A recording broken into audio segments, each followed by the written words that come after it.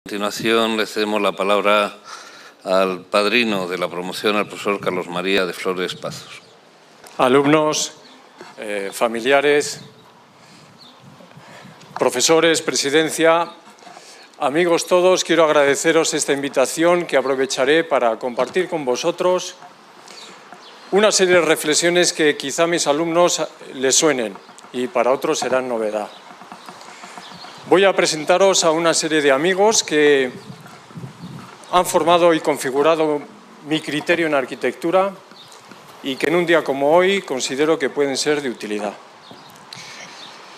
El primero de ellos es un arquitecto, José Antonio Coderch, que en una carta que escribe en el año 61 reflexiona sobre el papel del arquitecto, reflexión que tiene una actualidad indudable. La carta se titulaba «No son genios lo que necesitamos ahora». Selecciono unos párrafos. No creo que sean genios lo que necesitamos ahora. Creo que los genios son acontecimientos, no metas o fines. Tampoco creo que necesitemos pontífices de la arquitectura, ni grandes doctrinarios, ni profetas, siempre dudosos. Necesitamos que miles y miles de arquitectos que andan por el mundo piensen menos en arquitectura, con mayúsculas, en dinero o en las ciudades del año 2000, y más en su oficio de arquitecto, que trabajen con una cuerda atada al pie, para que no puedan ir demasiado lejos de la tierra en la que tienen raíces y de la que los hombres mejor conocen, siempre apoyándose en una base firme de dedicación, de buena voluntad y de honradez, honor.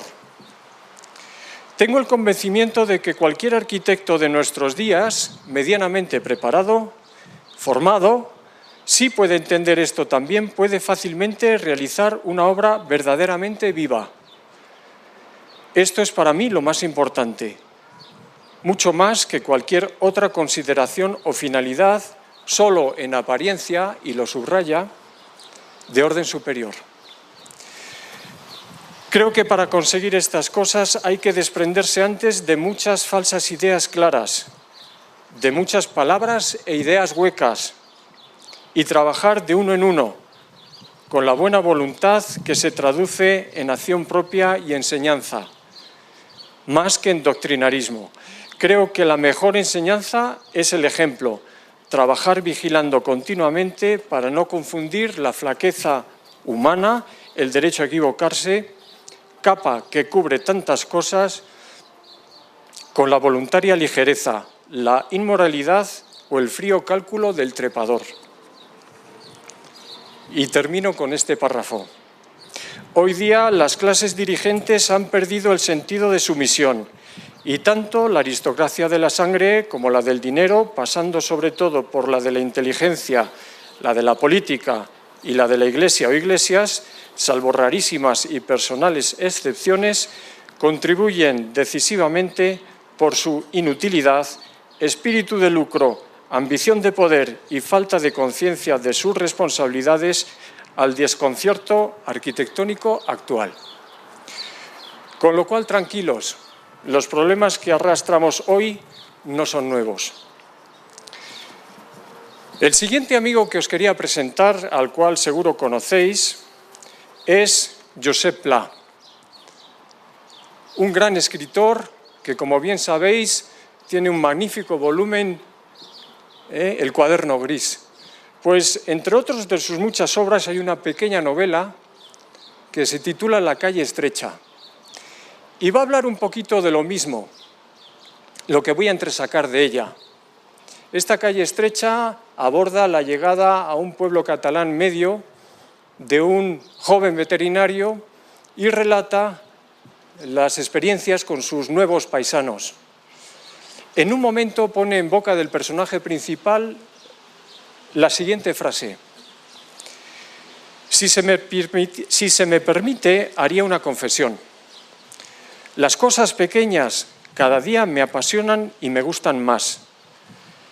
Ya estoy tan cansado de comprobar que detrás de las cosas grandes no hay absolutamente nada, que casi inconscientemente me acostumbro a valorarlas con un criterio contrario a sus dimensiones externas. Es evidente que la arquitectura es una cosa grande, por su tamaño simplemente, pero no olvidéis que en esos pequeños detalles, en esas cosas pequeñas, en esa escala casi del tacto, es donde una buena arquitectura se resiente o triunfa. En esta especie de surtido de amigos y reflexiones que os presento, continuaré con un poeta que en el año 36, un poquito antes de iniciarse la guerra nuestra, dio una conferencia que se titulaba Política Poética. También desarrollo un párrafo que viene a hablar de esa madurez de lo pequeño y ese interés no por las grandes palabras. Juan Ramón Jiménez decía así: cuando el hombre tiene que hacerse una casa, su casa en medio de la naturaleza, que lo da y lo recibe a la vez, puede hacerla sin amor ni idea o con idea y amor. Si él se queda fuera de la naturaleza, casa y él son un postizo del mundo. El que la hace con amor e idea consigue que la naturaleza asimile esa casa y a él con ella. El hombre vivirá así contento en la casa que se ha hecho a su gusto en la tierra y que la naturaleza ha hecho con él suya.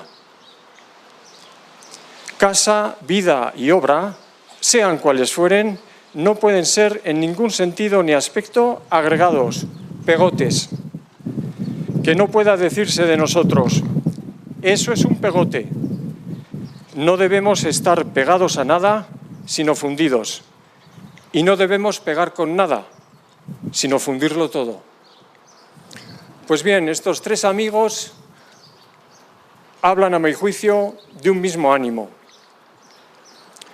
Continuaré con otro con el que yo inicié a la salida de la escuela la práctica profesional, que fue mi maestro, José Antonio Corrales. Un grandísimo arquitecto, una gran persona, cariñoso y entrañable.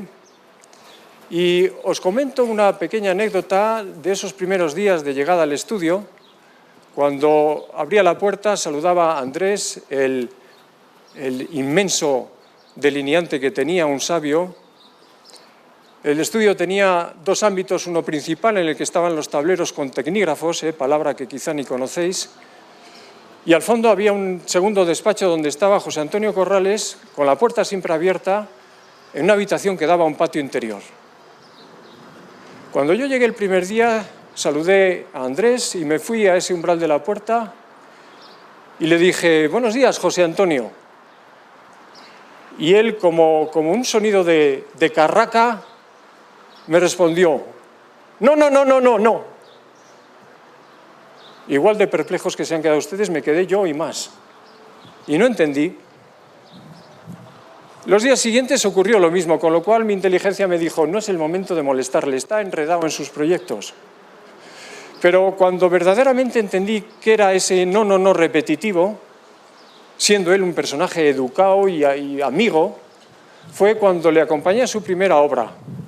Una obra muy importante, el nuevo Banco de España al final de la calle Alcalá.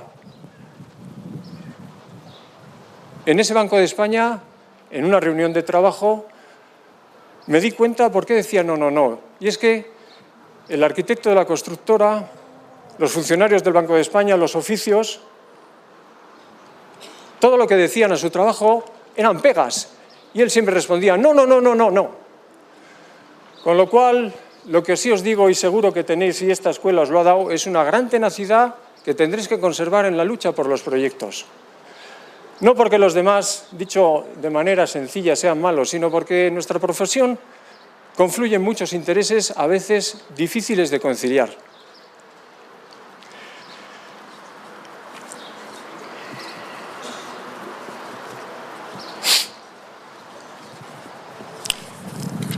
Otro aspecto que me tiene un poquito preocupado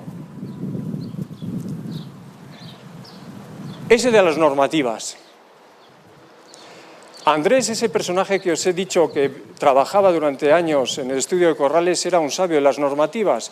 Cuando nos reuníamos con los proyectos, él iba sacando normativas que regulaban y ceñían el proyecto a su lugar. Hoy en día, indudablemente, esas palabras normativas, reglamentos, leyes, protocolos, bien intencionados, a veces se convierten justamente en lo contrario de lo que pretenden.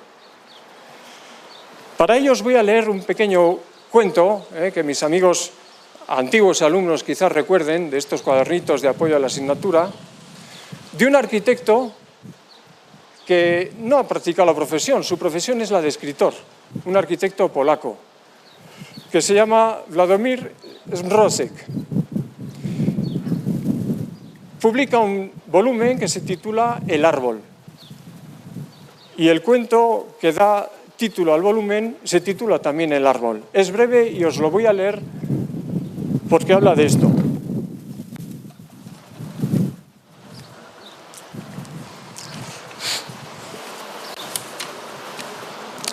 El árbol. Vivo en una casa no lejos de la carretera. Junto a esa carretera, a la entrada de la curva, crece un árbol. Cuando yo era niño, la carretera era un camino de tierra, es decir, polvorienta en verano, fangosa en primavera y en otoño, y en invierno cubierta de nieve igual que los campos. Ahora es de asfalto en todas las estaciones del año. Cuando yo era joven, por el camino pasaban carros de campesinos arrastrados por bueyes y solo entre y la puesta del sol. Los conocía a todos porque eran de por aquí.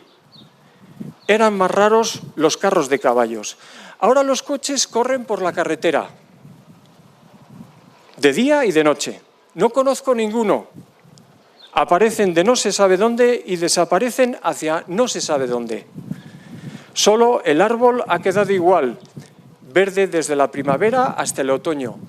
El árbol crece en mi parcela. Recibí un escrito de la autoridad. Decía: existe el peligro de que un coche pueda chocar contra el árbol, ya que el árbol crece en la curva. Por tanto, hay que talarlo. Me quedé preocupado, tenían razón.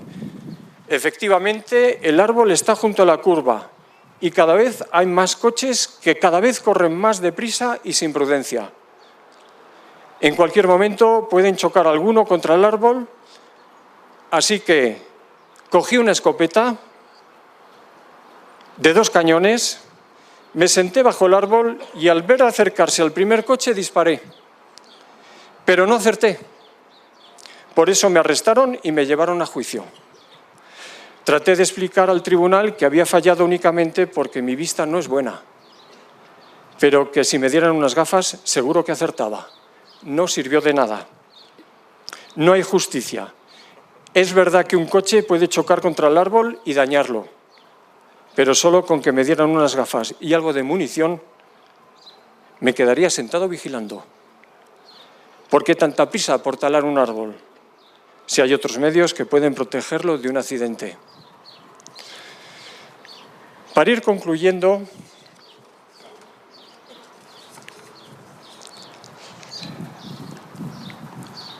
otro aspecto que quería comentar con vosotros es el de la tecnología. En el interesantísimo intercambio generacional que se produce entre profesores y alumnos, hay algo que a mi generación nos choca, y es la entrega absoluta a la tecnología.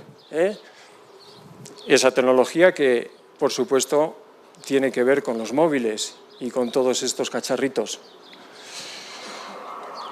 En la misma calle que José Antonio Corrales tenía su estudio también Ramón Vázquez Molezún, su compañero de faenas en muchos proyectos. Ramón Vázquez Molezún en su estudio tenía un pequeño taller con sus herramientas, sus gubias, sus cepillos, sus garlopas. Un arquitecto suizo, Max Bill, nos dice lo siguiente: